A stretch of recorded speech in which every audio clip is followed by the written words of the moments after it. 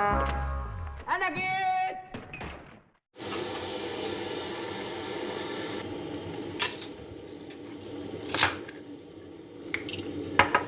السلام عليكم، صباح الفل والجمال على عيونكم، صباح كل حاجة حلوة في الدنيا. عاملين ايه؟ وحشتوني. جاية لكم النهاردة بروتين يوم جديد. حطيلي بسرعة كده لايك على الفيديو وتعالي نبدأ روتيننا النهاردة ويومنا بكل طاقة ونشاط ان شاء الله. قدمي دايما المشيئة وتمني لنفسك كده الصحة والعافية عشان تعدي يومك كده على خير وما تبقيش مرهقة. تعالي بقى نبدأ روتيننا النهاردة ونقول بسم الله ونصلي على النبي في الكومنتات. اللهم صل وسلم وبارك على سيدنا محمد وعلى آل سيدنا محمد. يومنا النهاردة زي الفل وزي العسل. يومنا النهاردة كله إشراقة كده وتفاؤل بإذن الله. يومنا النهاردة هنعمل فيه كده كام حاجة كده مع بعض، هنظبط نفسنا كده ونظبط بيتنا ونظبط كل حاجة. صباحكو زي الفل، صباحكو زي العسل. حطيلي بسرعة لايك وتعالي نشوف احنا يومنا النهاردة هنبدأ فيه ازاي. طبعا احنا بنعمل دايت، فناس كتيرة كده لقيتهم داخلين يقولوا ايه ده دايت، ده صعب، ده مش عارف ايه، ده انا بحرم نفسي، ده انا عشان اخس ببقى يعني خلاص اللي هو ايه طاقتي بتروح. عايزه اقولك هتغيري مفهومك تماما تماما تماما.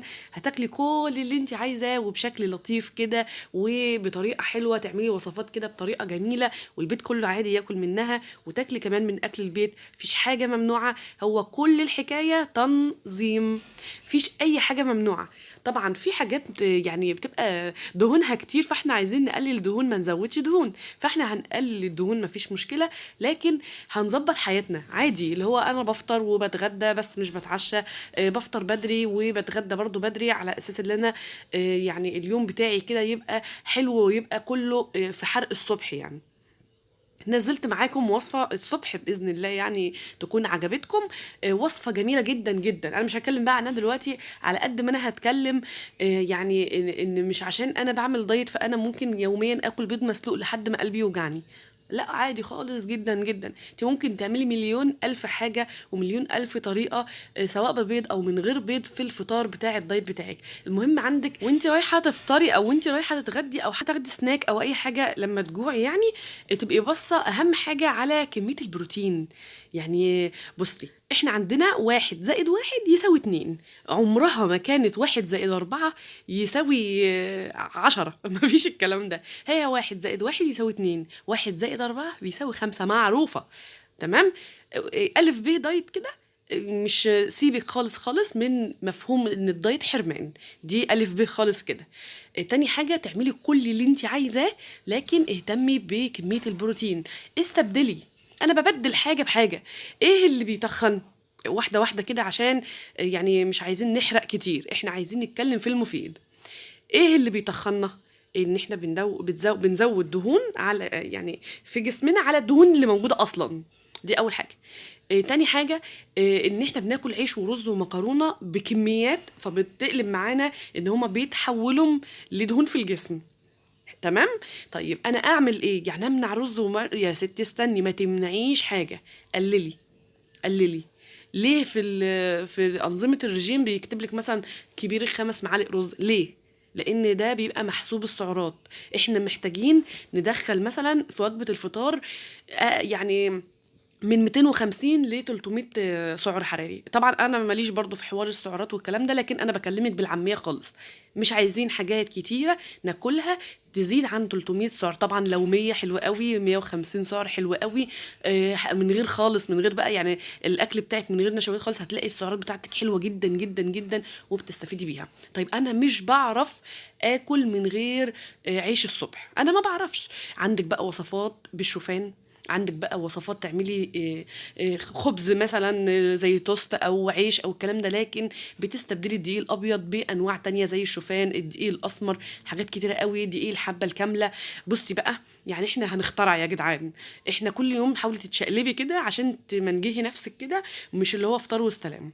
طيب انت عملتي ايه يا دودو؟ اول حاجه كده بداتها، عملت كوبايه نسكافيه بلاك وعليها لبن. زودت لبن. انا بس ضربت كده النسكافيه الاول بشويه ميه صغننين ومن غير اي نوع من انواع السكريات تماما، ولا حتى سكر ستيفيا، ولا حتى سكر سويتال، ولا اي نوع سكر. خلاص اتعودت على كده. واخدت خيارية حلوة كده زي ما انت شايفة، وعملت بيض بالشوفان بطريقة سهلة جدا جدا.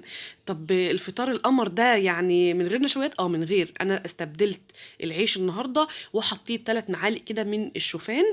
وهطلع بقى كده اشغل التلفزيون عندي، هجيب مثلا الراديو، هجيب مثلا اقعد اقلب شويه، اجيب مثلا قناه السعوديه بتبقى جميله جدا جدا فتره الصبحيه دي، وصوتها حلو كده في البيت لما بتبداي يومك بيها وعلى صوت عالي.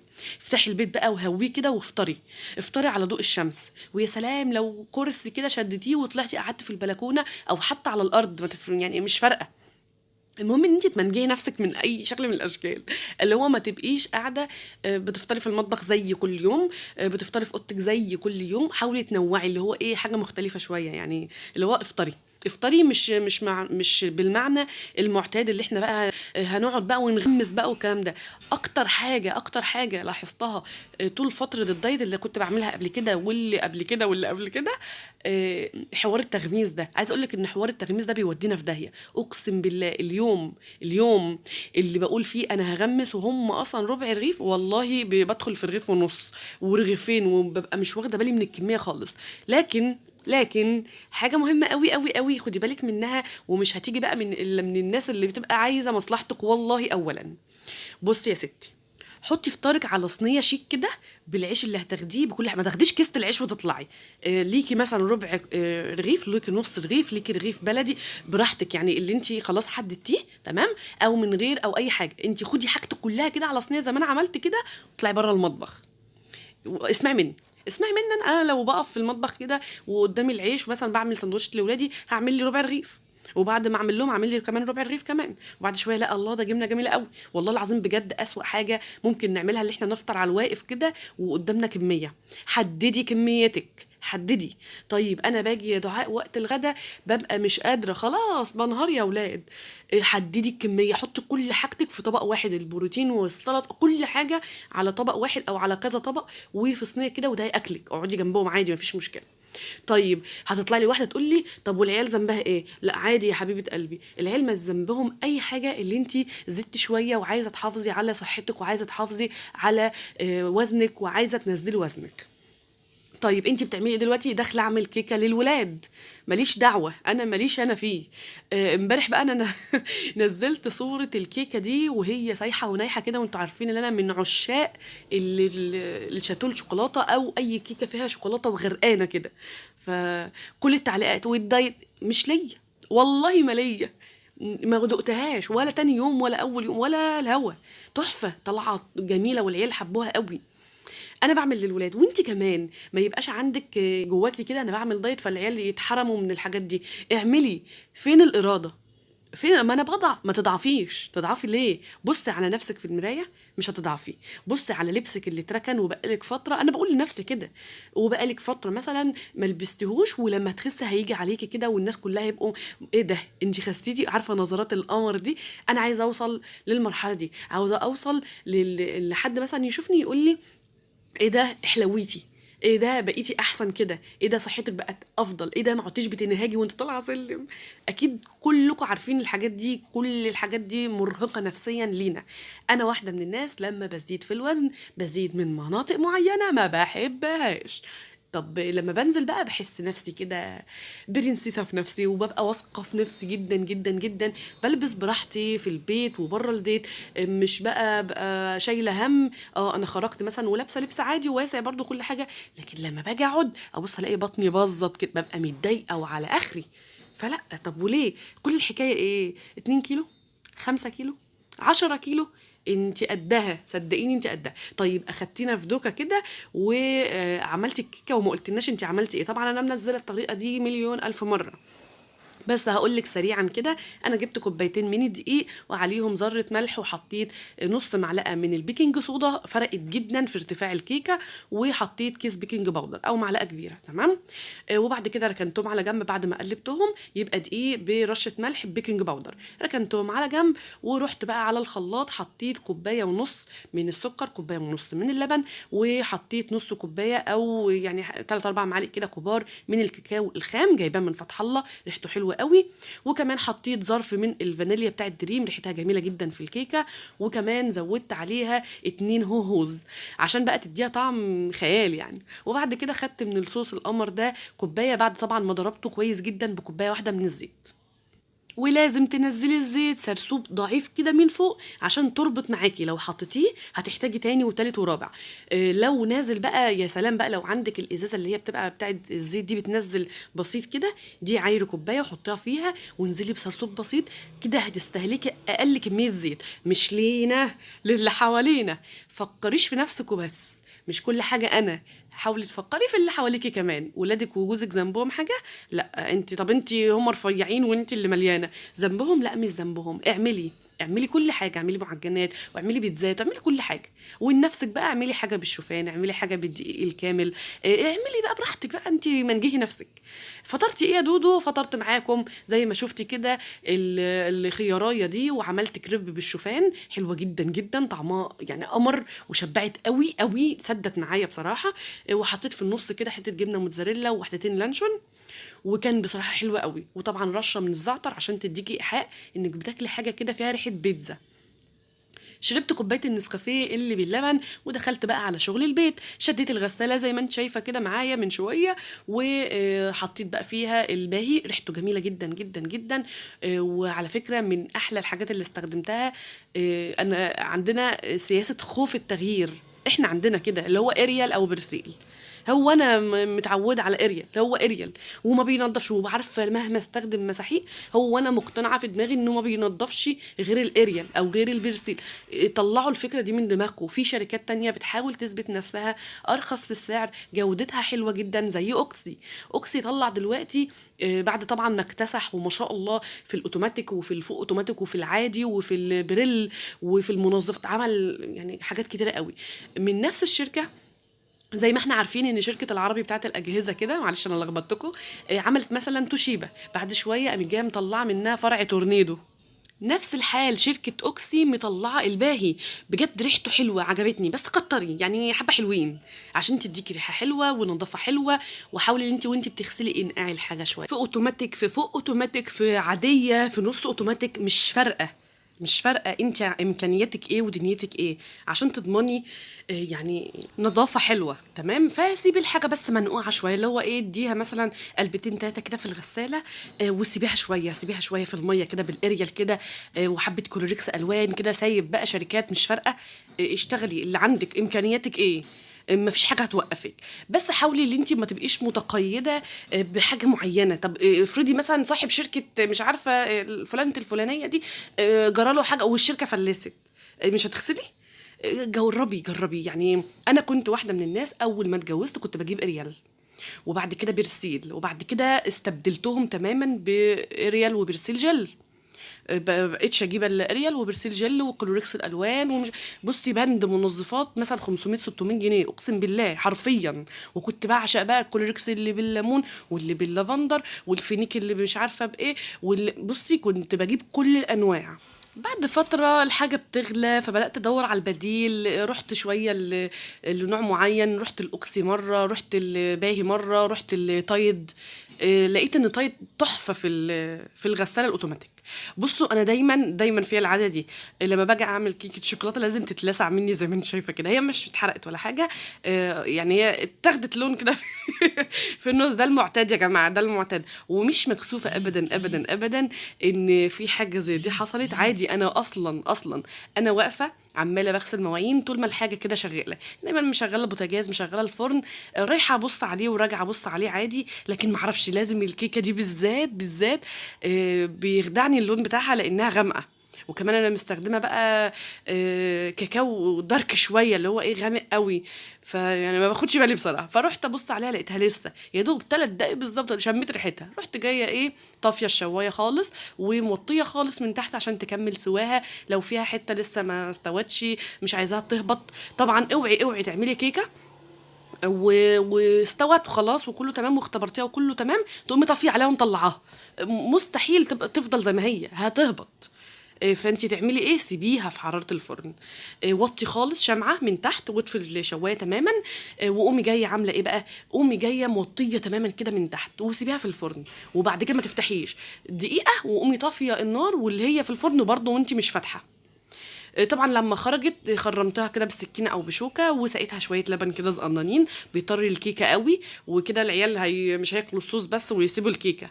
طلع بجد حلوه. انا طلعت واحده كده بس من غير ما ادوق، يعني لك ان تتخيلوا كمه اقول ايه، يعني انا عندي اراده دلوقتي، مش عايزه ان انا اضعف بصراحه، فعندي حبه اراده كده حلوين بصراحه. المهم عملت لهم الكيكه الحلوه القمر دي قبل ما يرجعوا كده من المدرسه ومن الحضانه تبرد براحتها، واول بقى ما يرجعوا احط لهم منها عادي على ما بقى ايه اظبط الغدا واشوف بقى انا ورايا ايه. طبعا انا بصي انا واحده من الناس يعني يوم احب بيتي قوي ومش عايزه اخرج، ويوم ببقى مش طايقه وعايزه انزل يعني فما اقدرش اقول على نفسي ان انا بيتوتيه او بحب اخرج كتير، اللي هو العادي يعني. انتوا فاهمين ازاي؟ مش عارفه مين اللي عمل لي بعد رزايل ده. المهم فبيجي لي اوقات كده ايه ده، لا انا يلا اقوم شغل بيت وبتاع واشمر وبصي بخرب الدنيا. ويوم تاني مفيش زيك والله. مش هطلع لك يوميا واقول لك يلا ده انا عندي النهارده نشاط، لا عادي بطلع ايام كتيره جدا جدا جدا. مفيش ولا ربع جنيه نشاط، مفيش، اللي هو محتاجه اشتري بنص جنيه نشاط مفيش خالص يعني، انتوا فاهمين. بس بحاول اشجع نفسي، انشط نفسي، انشط اللي حواليا. ما بحبش اطلع بطاقه سلبيه، بحب ان أنا اطلع متفائله. فيعني اللي هو قومي يلا من مكانك كده شوفي شغل بيتك. الدنيا مش هتخلص والحاجه مش هتخلص، فانت اللي هو ايه قسمي شغل بيتك كده واحده واحده كده على نفسك. دخلت كده زي ما انت شايفه بعد ما فطرت فتحت الدنيا عندي، شديت الغساله، بدات ان انا اغسل، دخلت عملت كيكه للولاد، شطبت المطبخ كده من حواليا وانا واقفه عشان مثلا الخلاط طلع، لا المصفى، لا مش عارفه كوبايه مش عارفه ايه المعايير.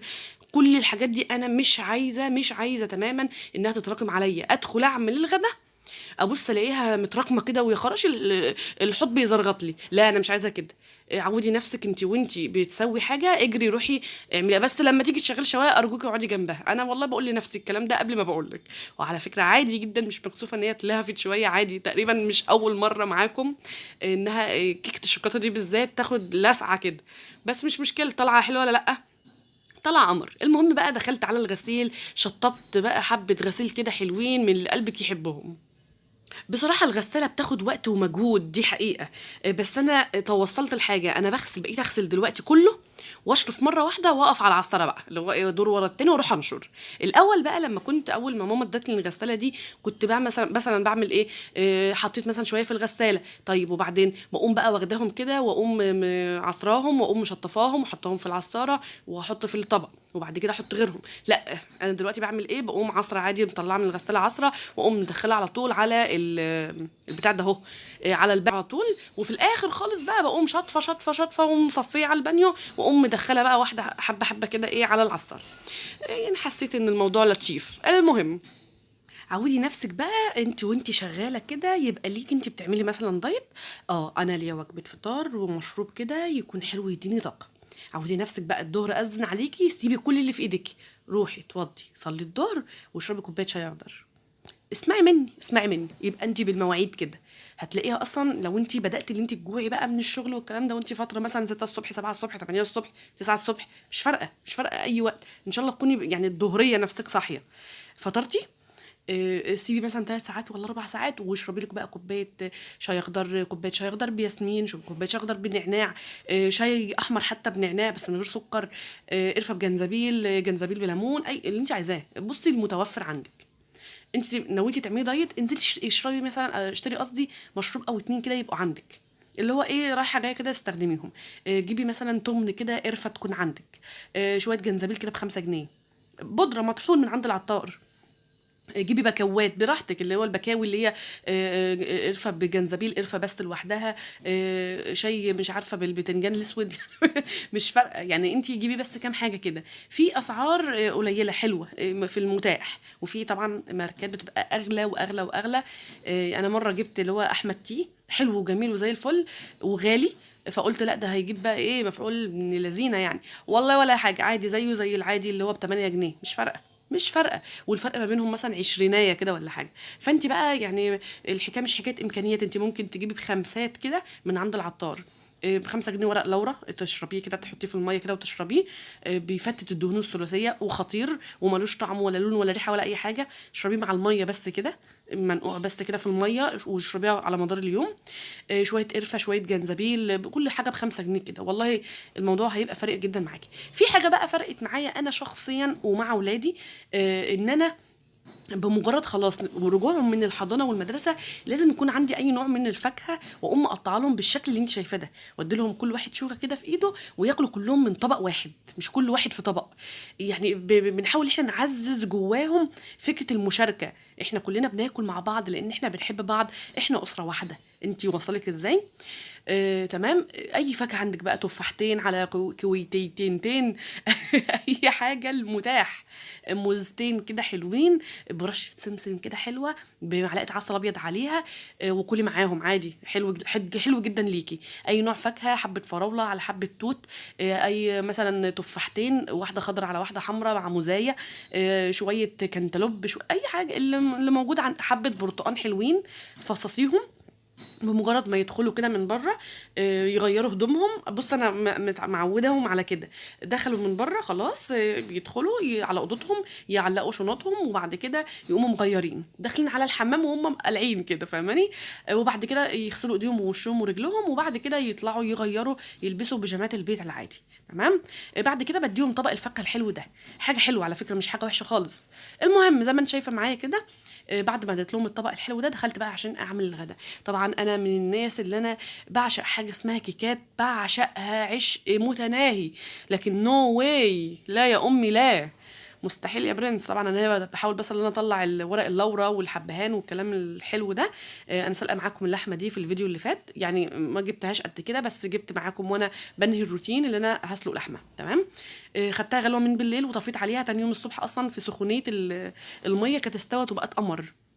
اخدتها كده زي ما انت شايفه، مع بصلايه كده بحته توم، شوحتهم كويس جدا في معلقتين زيت، وبعد كده نزلت بالطماطم، بعد كده نزلت باللحمه، خدوا غلوتين كده حلوين. طبعا اللحمه مستويه ودايبه جدا جدا، لاني اول ما صحيت كده علقت عليها تاني. وبعد كده بقى حطيت حبه كده من الفاصوليا، وهرجع تاني بقى على الرخامه عشان هكمل بقى بقيه الفاصوليا بالمره. هو للامانه اتبقى يعني شويه كده، قد اقل من نص كيلو.